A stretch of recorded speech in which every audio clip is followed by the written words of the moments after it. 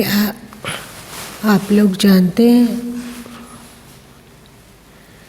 कि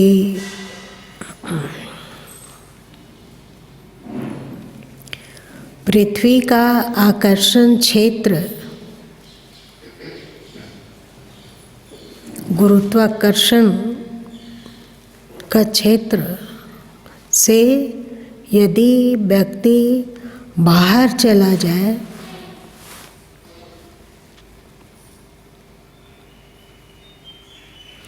किसी रॉकेट के द्वारा या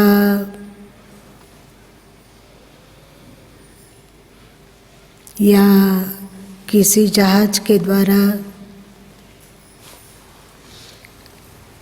किसी यान के द्वारा यदि पृथ्वी के गुरुत्वाकर्षण के बाहर निकल जाया जाए और ऐसी जगह में पहुंचा जाए जहाँ किसी अन्य ग्रहों का आकर्षण क्षेत्र के परिधि में ना आता हो,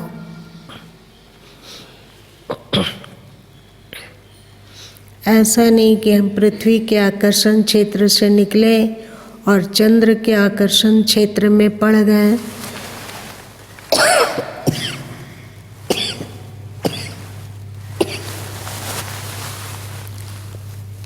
ऐसा नहीं।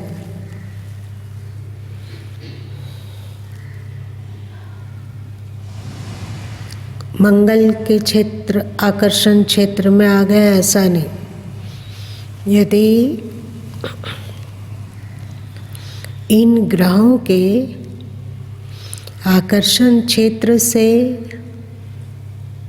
बाहर निकल जाया जाए तो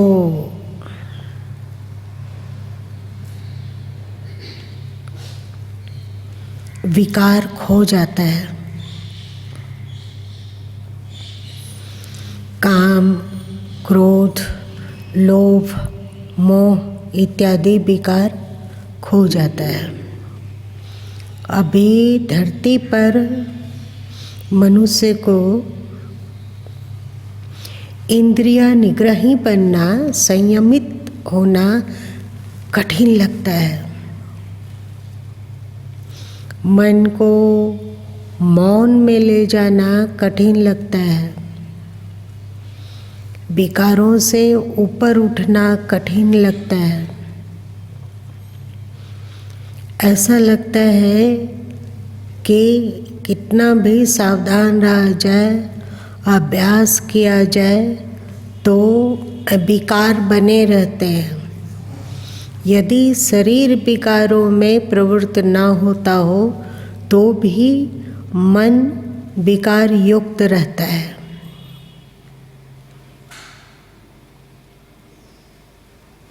वासना, भय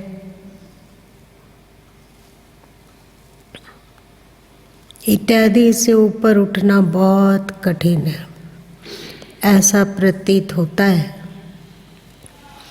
शंकराचार्य जी कहते हैं, किंग दुर्जया दुर्जया अस्ति मदना। संसार में ऐसा कौन सी बात है जिसका निग्रह करना, जिससे ऊपर उठ जाना, जिस पर विजय प्राप्त करना कठिन है। तो उन्होंने कहा कि युवावस्था में वासना को कठिन करना, वासना को वश में करना कठिन है।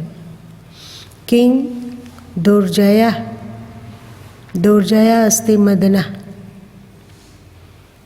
कठिनाई से जितने योग वासना है। स्त्री पुरुष चन्य वासना,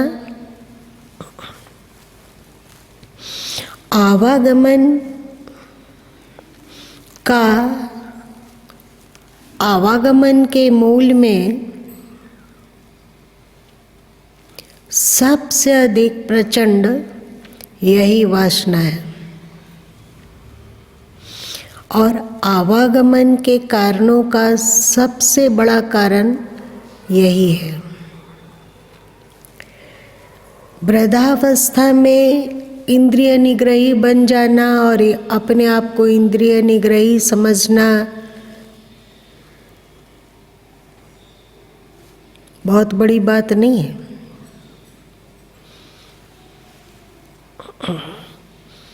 जब आंखें देखने में सक्षम ना हो तो कहना कि हम भौतिक दुनिया को देखना पसंद नहीं करते हैं,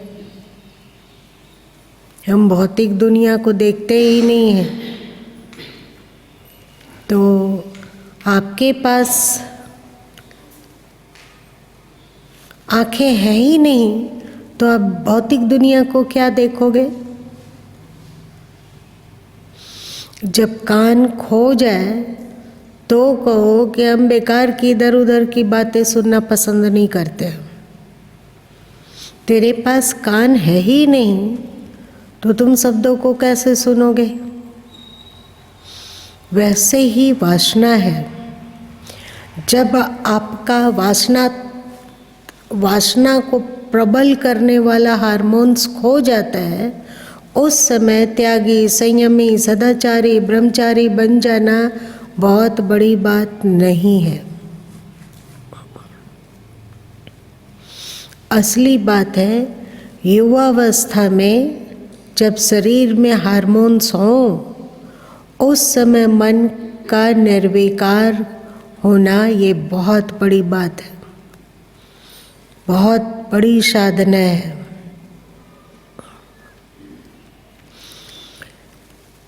पृथ्वी में रहते हुए वासना मुक्त होना बहुत कठिन है।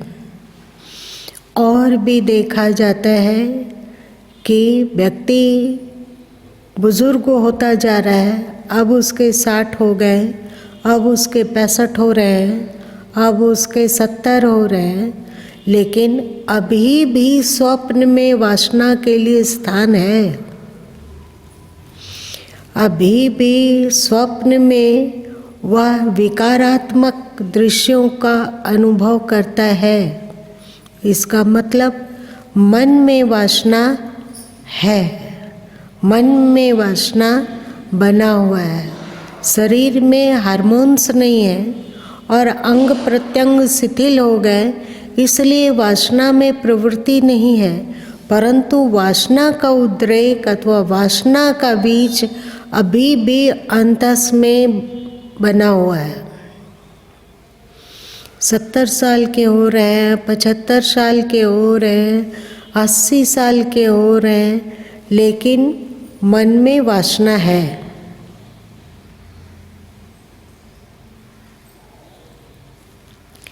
जैसे पृथ्वी पर रहते हुए वासना मुक्त होना अत्यंत कठिन है, पर संभव है, पर कठिन है।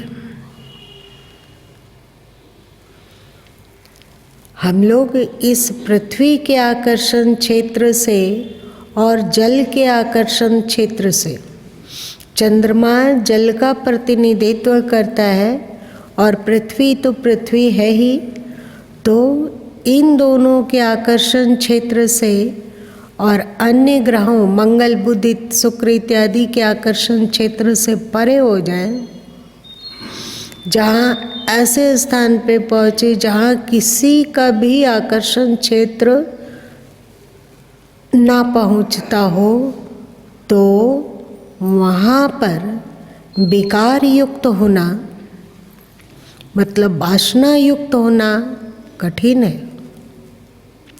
वासना में प्रवृत्ति तो असंभव है, वासना का मन में उठना भी कठिन है।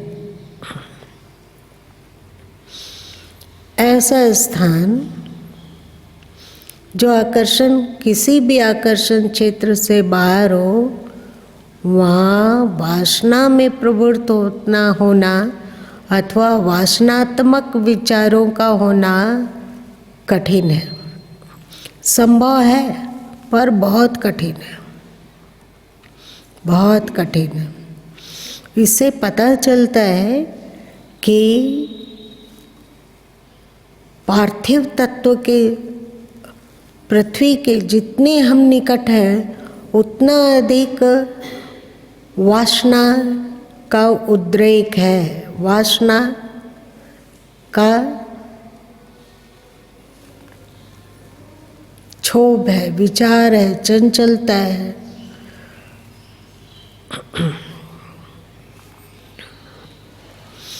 और एक बात है, हम लोग सोचते हैं कि हम लोग स्वतंत्र हैं, आज़ाद हैं, किसी के अधीन नहीं हैं, कुछ नहीं कर रहे हैं। इससे संसार में रहते हुए भी किसी के वश में हम नहीं हैं। लेकिन ये जानकर आश्चर्य होगा कि हम लोग सबके सब गुलाम हैं। इस गुलामी से ऊपर उठना सरल नहीं है। हम लोग सोचते हैं कि हम विवाहित हैं, हमारी वो पत्नी है, हमारे वे पति हैं और हम लोग विकार से मुक्त नहीं हो सकते हैं, हम वासना से मुक्त नहीं हो सकते हैं। वस्तुतः हम लोग वासना में प्रवृत्त नहीं होते हैं। हम लोगों के शरीर के भीतर का हार्मोन्स, हम लोगों के शरीर के भीतर का हार्मोन्स उस ओर धकेलता है, और जब उस ओर हार्मोन्स धकेलता है तो हम लोग अपने आप को कंट्रोल नहीं कर पाते हैं। तो अब बताओ, आप हार्मोन्स के गुलाम हैं या नहीं हैं? ठीक से देखो कि और आश्चर्य, हम लोगों को लगता है कि हम विपरीत शरीर के आकर्षण में पड़ ही जाते हैं, विपरीत शरीर के आकर्षण से ऊपर नहीं उठ पाते हैं, तो और इसके लिए दुखी होते हैं, अथवा विपरीत शरीर के आकर्षण में पड़ जाते हैं तो सुख का अनुभव होता है। दोनों तरीके से सुख और दुख ये हमें नचाता है और हम नाच रहे हैं। विषय जन सुख अथवा विषयों में प्रवृत्ति क्यों बन जाती है, क्यों विचार उत्पन्न होते हैं, इसका दुख, इसके हम गुलाम हैं या नहीं। और मजे की बात है कि ईश्वर ने ऐसी अद्भुत रचना की है कि पुरुष के भीतर वास करने वाला शुक्राणु और स्त्री के भीतर वास करने वाला डिंबाणु, आप तो जानते हैं कि दोनों में ही कुछ विशेष क्वालिटियाँ अथवा विशेष पुद्गल मतलब सूक्ष्म जीव उपस्थित हैं जो एक दूसरे से मिलना चाहते हैं, जिसे नई सृष्टि की जा सके, नए मतलब वंश की वृद्धि हो। ये आप बताओ, लगता है कि हमारे में हम में वासना उत्पन्न हो रही है, पर वो वासना शुक्राणुओं में उत्पन्न हो रही है, वो वासना डिंबाणुओं में उत्पन्न हो रही है, और हम लोग उसके गुलाम हैं या नहीं। ठीक से देखो, हम लोग किसको खुश कर रहे हैं? लगता है कि हम अपने को खुश कर रहे हैं, लेकिन ये सारा खेल डिंबाणु और शुक्राणु में पाए जाने वाले सूक्ष्म जीवाणुओं का है। कैसे गुलाम हैं हम लोग, किसके किसके गुलाम हैं?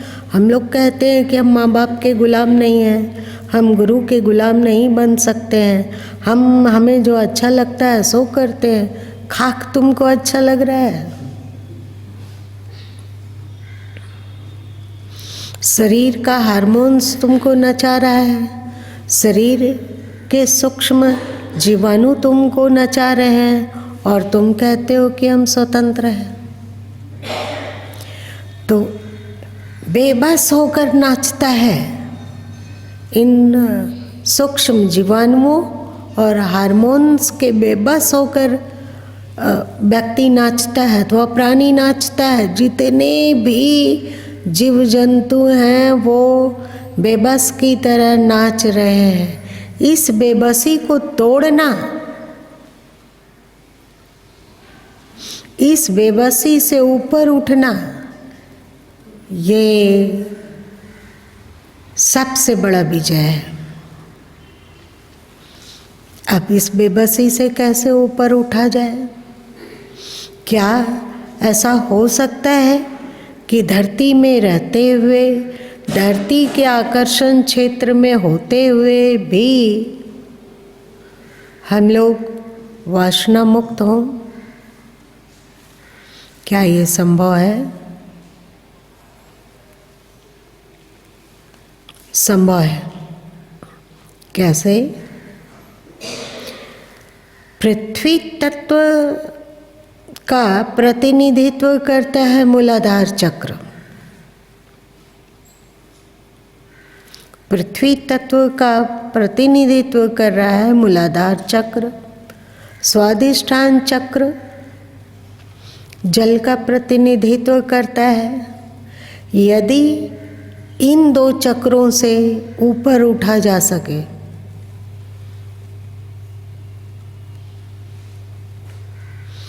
इन दो चक्रों से ऊपर उठा जा सके तो व्यक्ति स्नेह स्नेह विकार मुक्त, वासना मुक्त होने लग जाता है। वासना की जंजीरें कमज़ोर पड़ने लग जाती है।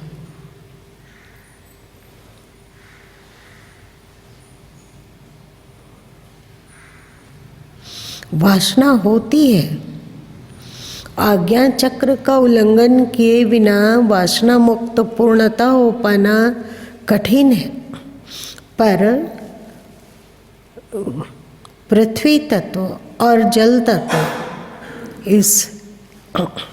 इन दो तत्वों के आकर्षण परिधि से यदि हम लोग बाहर निकलते हैं, मतलब मूलाधार चक्र और स्वादिष्ठान चक्र के आकर्षण परिधि से हम लोग आगे निकल पाते हैं, हमारी स्थिति इनसे ऊपर उठ जा पाती है, तो फिर वासना का दिल दिमाग में आना कठिन हो जाता है।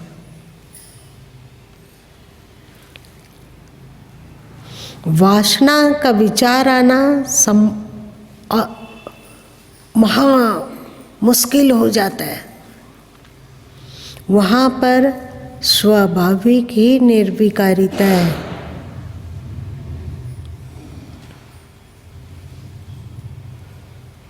और ध्यान क्या कर रहा है? अभी हम लोगों ने विशेष रूप से स्वर साधना किया, मतलब श्वास को देखा, श्वास को अनुभव करने का कोशिश किया, फिर आँखों पर स्थिर होने की कोशिश की, आँखों तक हमारी पहुँच हो इसकी कोशिश की।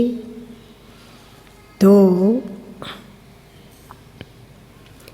इस तरह के ध्यानाभ्यास को करते करते व्यक्ति आज्ञा चक्र के भी ध्यान में पारंगत हो जाता है। और जैसे ही इन ऊर्ध्व में उसकी स्थिति होती है, जैसे जैसे यहाँ ध्यान गंभीर होने लगता है, वैसे वैसे कुंडलिनी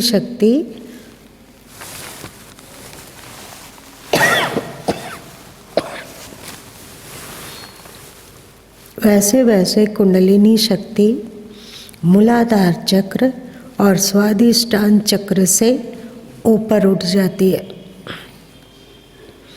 और अभी जो हम लोग गुलाम बने हुए हैं, अभी जो हम विकारों के, वासनाओं के गुलाम बने हुए हैं, स्वाभाविक रूप से इस गुलामी की जंजीरें टूटने लगती है। और जब इसकी जंजीरें टूटने लग जाती है, शरीर से क्या मन से भी उस ओर से मुक्त हुआ चला जाया जाता है, तो हम मोक्ष की ओर अग्रसर हो जाते हैं। यही तो साधुता है, यही तो अध्यात्म है, इसी को तो धर्म कहा जाता है। जब आप मूलाधार चक्र और स्वादिष्ठान चक्र से ऊपर उठते हैं तो आप स्वाभाविक ही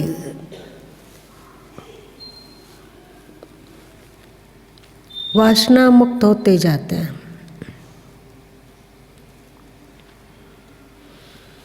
फिर हम लोग अग्नि तत्व में पहुंचते हैं, मणिपूरक तत्व में पहुंचते हैं, तो और अधिक वासना मुक्त होते हैं। पर वासना मुक्त होते हुए भी यहाँ अन्य कामनाओं की स्थिति है, जिसके बारे में हम लोग दूसरा दिन सुनेंगे।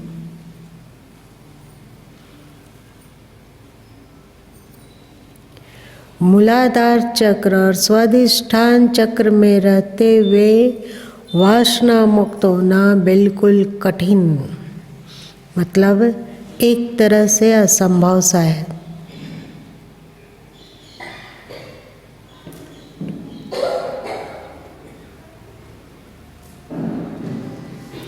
मूलाधार और स्वादिष्ठान चक्र में रहते रहते यदि शरीर जीर्ण शीर्ण हो जाता हो, मतलब पुराना हो जाता हो, विषयों में प्रवृत्ति के अयोग्य हो जाता हो, तो भी मन में, इच्छाओं में, कामनाओं में, सूक्ष्म शरीर में वासना की उपस्थिति रहती ही रहती है।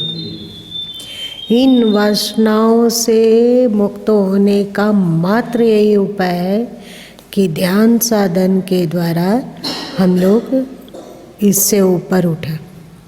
किससे? मूलाधार चक्र और स्वादिष्ठान चक्र। कितने बेहोश हैं हम लोग। अभी कोई आए तो पता भी नहीं चला और आपका गर्दन मुड़ गया देखने के लिए कि कौन आया।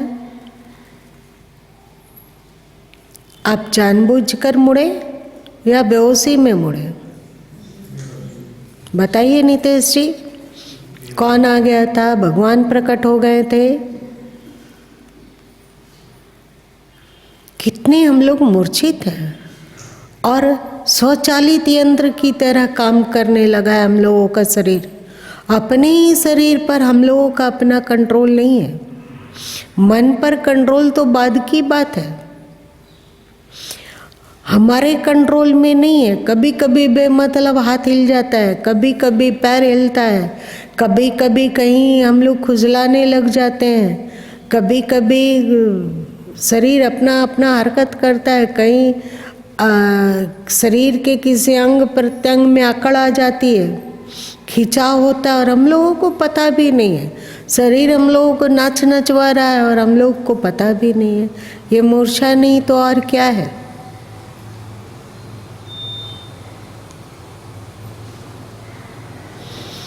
मेरी बातों को सुनो और समझो और उसको पकड़ने की कोशिश करो। अभ्यास के बिना केवल मेरी बातों को सुनने से कुछ नहीं होगा। ऐसा बोलने वाले संभवतः बहुत होंगे अथवा हो सकता है कि बहुत कम होंगे। जो हम लोग सुन रहे हैं, जो हम लोग समझ रहे हैं, जो हम लोग जान रहे हैं, ये दुर्लभ है, दुर्लभ है। तो हम लोगों को भगवान जानकारी दे रहे हैं, समझ दे रहे हैं, तो इस समझ को अपने जीवन में उतारने का अभ्यास क्यों नहीं किया जाए। कोई हम लोग मदारी के बंदर हैं कि जब चाहे तो शरीर नचवा देता है, जब चाहे तो हार्मोन्स नचा देता है, जब चाहे तो जीवाणु नचा देता है, जब चाहे तो मन नचा देता है। हम लोग क्या बंदर हैं क्या इनके हाथ के?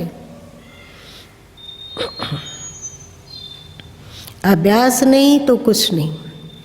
सत्संग के बाद मनन नहीं तो अभ्यास नहीं।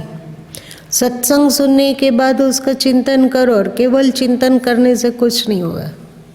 चिंतन कर लिए हम, उसकी चर्चा कर सकते हैं, एक दूसरे को सुना सकते हैं, लेकिन वो हमारा स्वभाव नहीं बना, वो हमारा अनुभव नहीं बन सकता है। और उस अनुभव में स्थिर रहने वाले संत को कौन सी मस्ती है, कौन सा सुख मिल रहा है, इसकी अनुभूति हमें नहीं होगी। क्या कारण रहा होगा कि अभी हम लोग धन के लिए भागते हैं, पद के लिए भागते हैं, प्रतिष्ठा के लिए भागते हैं, शारीरिक सुख के लिए भागते हैं। और राजा हरिश्चंद्र राजा होते हुए भी उनके पास सब धन धान है, पर इसके मोह से ऊपर उठ गए और धर्म की ओर आगे बढ़े ना।